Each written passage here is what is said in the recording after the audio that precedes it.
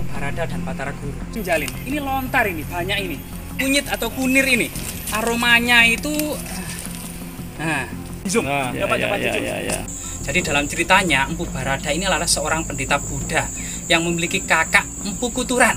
Ya, Empu Kuturan ini kemudian memiliki istri namanya Calon Arang. Sehingga kemudian datangnya Empu Kuturan ke Pulau Bali ini menyatukan berbagai macam sekte ini, membuat purah baru yang di situ menampung berbagai aliran. Sedangkan adiknya yaitu Empu Barada memilih mendirikan asrama Buddha di dekat Candi Brahu, yaitu di Lemah Citra atau Lemah Tulis. Waktu itu ada semacam pagebluk, yaitu orang-orang Kadiri itu kemudian paginya sakit, sorenya meninggal.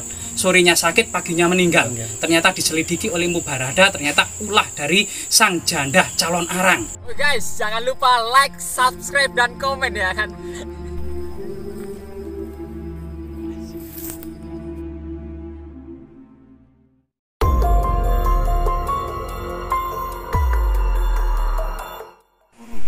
Empu Barada dan Batara Guru sangat luar biasa sekali. Mungkin ada jejak-jejak struktural dan artefaktual yang sangat penting ya. Mari kita telusuri bersama-sama. Yuk, mari kita lihat.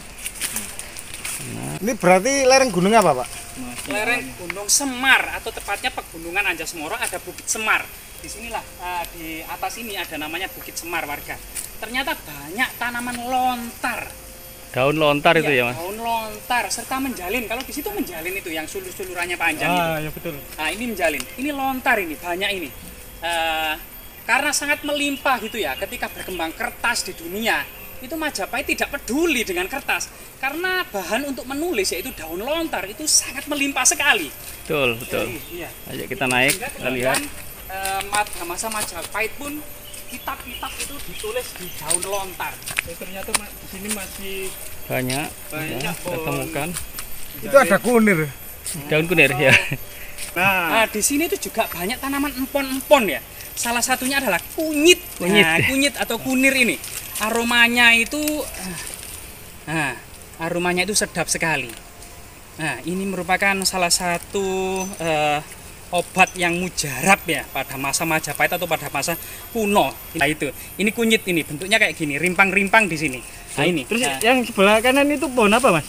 Yang rumput itu kayak lontar. Lontar. Tadi kayak kelapa itu lontar itu. Nah, itu dia. Lontar.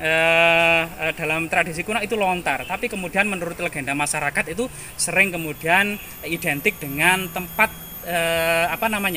tempat bersembunyinya wewe gombel atau genderuwo. Takut. Nah, itu. Jadi karena memang sangat gelap kalau ada pohon lontar yang barangkali ada penampakan itu.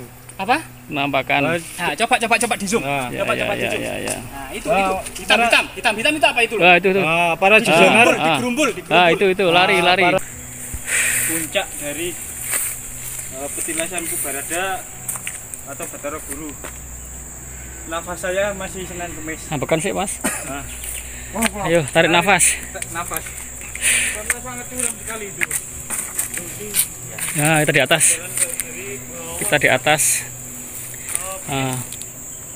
Itu Mas Dwi di bawah. Kita di sekeliling nih Empu Barada. Ayo kita lihat gimana ini kondisi dan keadaan. Kita istirahat dulu. Ini. Nah, ini dia. Masnya capek ini. Ini sebelumnya ini menghadap kemana ini makamnya ini? Kasih dulu. Utara apa selatan? Nah, Mas Ega lagi tawasul. Kita keliling dulu. Saya dan teman-teman nanti setelah review kami tawasul seperti tradisi kami. Ini di bawah pohon belimbing yang dikeramatkan, karena belimbing adalah simbol dari Empu Barada. Memang ada maka Empu Barada kemungkinan juga mungkin pemberian masyarakat sekitar ya, tetapi nama ini muncul di dalam serat calon arang, kemudian di dalam prasasti Joko Dolok yang ada di Taman Apsari Surabaya ini juga memuat nama Empu Barada, serta di beberapa kasus sastra lainnya. Empu Barada ini merupakan nama dari seorang penasihat spiritual masa kerajaan Kahuripan, yaitu penasihat spiritual Raja Airlangga di situ. Jadi abad ke-11 gitu ya, sangat kuno sekali tentunya. Jadi dalam ceritanya Empu Barada ini adalah seorang pendeta Buddha yang memiliki kakak Empu Kuturan. Ya, Empu Kuturan ini kemudian memiliki istri namanya Calon Arang. Karena istrinya itu dianggap kemudian penganut aliran Siwa Bhairawa gitu ya. Itu kemudian pisah dengan Empu Kuturan, dan Empu Kuturan kemudian diutus untuk kemudian kembali. Karena di Bali pada waktu itu yang merupakan kampung halaman dari Raja Airlangga, ini terjadi pertikaian sekte atau keagamaan antara Waisnawa, antara Siwa dan antara Buddha. Sehingga kemudian datangnya Empu Kuturan ke Pulau Bali ini menyatukan berbagai macam sekte ini, membuat purah baru yang di situ menampung berbagai aliran dengan upacara yang sangat meriah, sehingga antara penganut Waisnawa yaitu Wisnu, antara penganut Siwa dan antara penganut Buddha yang dikenal dengan Siwa Buddha ini kemudian bersembahyang di lokasi yang sama. Ini salah satu prestasi Empu Kuturan untuk menyatukan berbagai macam sekte di Pulau Bali. Sedangkan adiknya yaitu Empu Barada memilih mendirikan asrama Buddha di dekat Candi Brahu, yaitu di Lemah Citra atau Lemah Tulis di situ.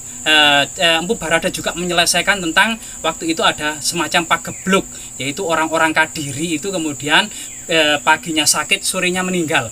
Sorenya sakit, paginya meninggal. Ternyata diselidiki oleh Empu Barada, ternyata ulah dari sang janda Calon Arang. Inilah kemudian usut punya usut, karena Calon Arang ini memiliki putri yang tidak ada satupun mau melamarnya atau menikahi putrinya karena takut sama aliran ibunya ini. Kemudian Empu Barada mengutus muridnya ya, itu kemudian untuk menikahi anak dari Calon Arang itu sendiri. Jadi ini kebijaksanaannya.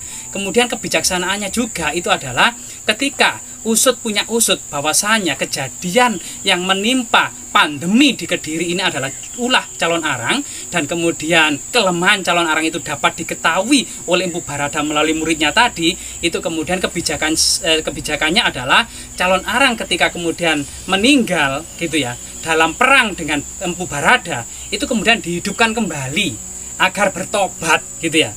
Kemudian setelah dihidupkan kembali, Calon Arang menyesali segala perbuatannya dan bertobat, karena waktu pertempuran tadi itu belum sempat bertobat. Disitulah kemudian Empu Barada kemudian memaafkan semua kesalahan Calon Arang, dan kemudian Calon Arang dimatikan kembali dan rela mati karena untuk menyesali segala perbuatan dan kesalahan-kesalahannya tersebut. Ini salah satu cerita Empu Barada yang sangat-sangat sangat-sangat memuat ajaran kebajikan yang sangat luar biasa sekali. Tadi di sini ada petilasan yang masyarakat menamai dengan Empu Barada.